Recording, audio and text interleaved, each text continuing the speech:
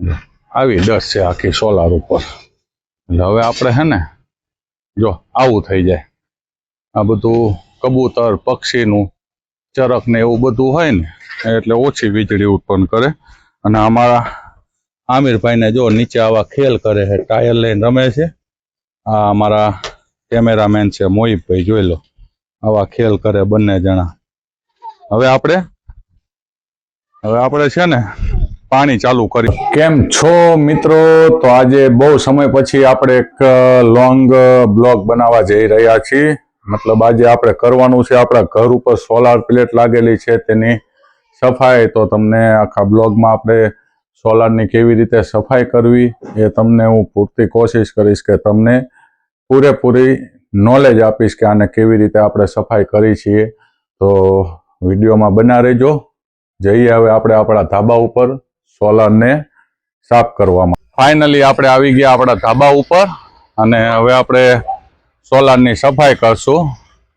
આ છે અમારા મોહિતભાઈ, આ છે અમારા આમિરભાઈ.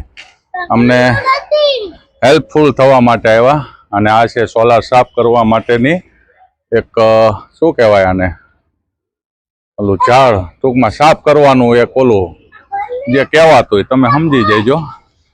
આપણી સોલારની હાલત જો, આટલી બધી માટી આપણા સોલારમાં લાગેલી છે. જો આ માટી હોય એટલે તમારે આવી માટી હોય ને એટલે તમારે યુનિટ ઉત્પન્ન ન થાય. એટલે પહેલાં આપણે છે ને આનેથી આપણે સાફ કરીને જેટલી ધૂળ નીકળે એટલી નીકાળી દઈશું અને પછી આપણે પાણીથી સાફ કરીશું. એ પણ હું તમને દેખાડીશ. વિડીયોમાં બનાવી રહેજો. અમારો આમિરભાઈ કંઈક કહે છે. શું કહે છે આમિર? એ આમિરથી પડ્યું લો નો. જો હવે આપણે ચડી ગયા, આની ઉપર ટેબલ મૂકવું પડે છે કારણ કે બહુ હાઈટ છે. અને આનેથી પછી આપણે છે ને પેલા ધૂળું જેટલી રહી ને એને આમ ઘસીને કાઢી નાખશું. એટલે જે ધૂળું ચોંટી હોય એ નીકળી જાય. જોઈ લો. એટલે આ બધું તમે સાફ કરો ને તો તમારે લગભગ આખા દિવસમાં 3-4 યુનિટ છે ને 3-4 યુનિટનો તમારે ફેર પડશે. એટલે 2-3 દિવસે તમારું સોલાર રહ્યું ને અને આવી રીતે સાફ કરી દેવાનું. અમારા કેમેરામેનને કહીશ કે થોડુંક આમ મોબાઈલ ઊંચો રાખીને, એમની હાઈટ પહોંચતી નથી ને એટલે થોડુંક કેમેરો ઊંચો કરીને સાફ કરજો. અને આ છે ને આપણે હજી લાંબુ કરવું હોય તો લાંબુ થાય. જો આખા સોલારમાં આવી જાય એવડું મોટું લાંબુ છે. જો આમાં છેડે ઠેઠ અડી ગયું. આપણે આવી રીતે પેલા ઉપરની ધૂળું રહી ને એને કાઢી નાખશું. પછી પાણીનો ફુવારો મારી દેશું એટલે આપણી સોલાર પ્લેટ થઈ જાય એકદમ ઓકે. બે હાથે ફાવતું નથી એટલે અમારા ભાઈની હાઈટ નાની છે. એટલે જો તમને કદાચ વિડીયોમાં બધી ડસ્ટ દેખાતી હશે કે કેટલી ડસ્ટ નીકળે છે. અને ક્યારેક ક્યારેક આવું થાય. જો આ નીકળી જાય ને તો પાછું આમ ભી મારીને ભરાવી દેવાનું. બરાબર. જો આ ડસ્ટ બધી તમને કેમેરામાં દેખાતી જ હશે. ડસ્ટ કેટલી બધી નીકળે એ જોઈ લો. અને આપણે જેવું તેવું અત્યારે છે ને થોડુંક ફેરવી નાખી પછી પાણી નાખશું ને એટલે ત્યારે મોસ્ટ ઓફ બધી ધૂળ નીકળી જશે ને આપણી સોલાર પ્લેટ થઈ જશે એકદમ ક્લીન. અને રાતે સાફ કરવાનું કારણ એ છે કે અત્યારે સાફ કરી નાખીને તો દિવસે સવારમાં સીધો સૂર્યનો પ્રકાશ આની ઉપર પડે એટલે ડાયરેક્ટ આપણા યુનિટ ઉત્પન્ન થવાના થઈ જાય ચાલુ. સવારમાં ચાલુ કરીએ ને તો થોડીક તકલીફ પડે. અને આ લોચાથી આ ઓલું રહ્યું ને એમાં રહી ગયું, આમાંથી નીકળી ગયું. હવે એને પાછું જો આમ ખેંચું હું. હા બોલ આમિર. હા પછી હમણાં નીકળશે. હજી બધા એમાં નળી ભરાવાની હોય તો ઘડીક ઉપર જો આ વિડીયોમાં તું બ્લોગમાં આવી જઈશ તું તોફાન કરીશ. તો જો આ નીકળી ગયું આપણે એટલે નજીકમાં હે ને હાથેથી આમ સફાઈ કરી નાખી. ને હાથેથી તો બહુ મસ્ત સફાઈ થાય આની.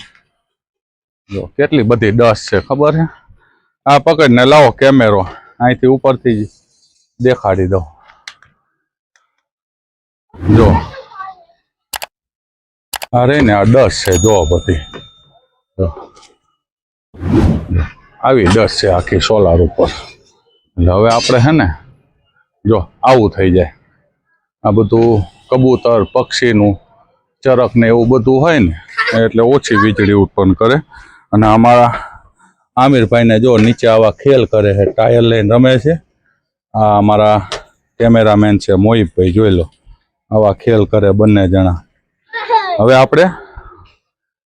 આપણે છે ને પાણી ચાલુ કરી દીધું છે, એટલે પાણીથી થોડુંક પલાળી નાખી, બરાબર. તો ચાલુ રાખજો, મળીએ આપણે બ્લોગમાં. કન્ટિન્યુ ચાલુ રાખજો તમે. પછી હમણાં સાફ થઈ જાય પછી તમને એકવાર આપણી સોલાર દેખાડી દઉં, એટલે તમે જેમ કહેશો વાહ, બાકી સાફ કર્યું. જો અમારા આમિરભાઈને છે ને પાણી સાથે આવી રીતે રમત થાય છે. હજી મોટર ચાલુ નથી કરી, એટલે ત્યાં સુધી 2 જણા રમત કરે. જો હા, અને હવે થઈ ગઈ છે મોટર ચાલુ, એટલે હવે આપણે આવશે અહીંયા પાણી. આપણે આમ પકડીને ઊભા છીએ, પાણી આવે એની રાહ જોવી. હા, હવે આવશે પાણી. આ જો એટલે આવી રીતે છે ને આમ છાંટી દઈશું આપણે પાણી, એટલે જે કંઈ ડસ્ટ હોય વધારાનું હોય એ બધું નીકળી જાય.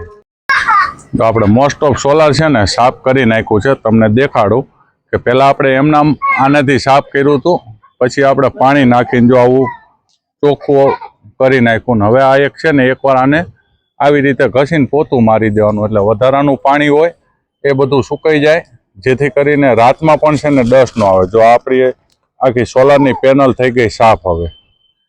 એટલે જો મિત્રો તમે પણ આવી રીતે સોલારની પેનલ સાફ કરશો ને તો તમારે પણ છે ને રોજના 15 થી 16 યુનિટ ઉત્પન્ન થશે. દર 3 દિવસે છે ને તમારે આવી રીતે સોલારની પેનલ સાફ કરી જ નાખવાની. જેને સોલાર પેનલ ઉપર જેણે પાણીના ફુવારા નખાવ્યા હોય એને તો કોઈ તકલીફ જ નથી, એ તો એક સ્વિચ દબાવે એટલે એને તો સાફ થઈ જાય. પણ જેણે મારી જેમ નથી નખાવ્યા ઉપર ફુવારા, એ આવી રીતે મેન્યુઅલી સાફ કરી નાખવાનું. એમાં કંઈ આપણે નાના થઈ ન જાવી, બરાબર. તો આ હતી આપણી સોલાર પેનલ આપણે સાફ કરવાની રીત. તો હવે તમે કયો કેવી થઈ ગઈ? પહેલાં મેં તમને દેખાડ્યું કેવી હતી, ને અત્યારે જોઈ લો આપણી આ સોલાર પેનલ આવી થઈ ગઈ. અને અહીંયા છે રામ મંદિર, અને આ છે ડૉક્ટર મોદન સાહેબનું હોસ્પિટલ, બરાબર. અને અહીંયા છે કુળદેવી રેસ્ટોરન્ટ. એટલે આ છે આપણું આખી સોનલની પેનલ. હવે આવી રીતે સાફ થઈ ગઈ ને આનેથી આપણે છે ને આનેથી હવે એકવાર પોતું મારી દઈશું, એટલે જે વધારાનું પાણી હોય, કોઈ કચરો રહી ગયો હોય એ બધો છે ને હવે નીકળી જાય. એટલે આવી રીતે સોલાર પેનલ આપણે સાફ કરવાની. અમારા મદદમાં આવ્યા હતા જો અમારા ભત્રીજા મોહિતભાઈ, અને એક અમારો જો આ ગાંડો, જો આ રહ્યો ગાંડો અમારો, આનું નામ છે આમિર. તો મિત્રો કોમેન્ટ કરજો તમને આપણો વિડીયો કેવો લાગ્યો, અને આપણી ચેનલને સબસ્ક્રાઈબ કરી નાખજો, લાઈક કરવાનું તો ભૂલતા જ નહીં. આપણી ચેનલ મોનિટાઈઝ થઈ ગઈ છે. હવે તમે લોકો જેવી રીતે સપોર્ટ કરો એવો ને એવો સપોર્ટ આપણને આપતા જાઓ, એટલે આપણે ડોલર બનવાનું પણ ચાલુ થઈ જાય. તો મળીએ નવા વિડીયોમાં, ત્યાં સુધી આપણી ચેનલને સબસ્ક્રાઈબ કરી નાખજો.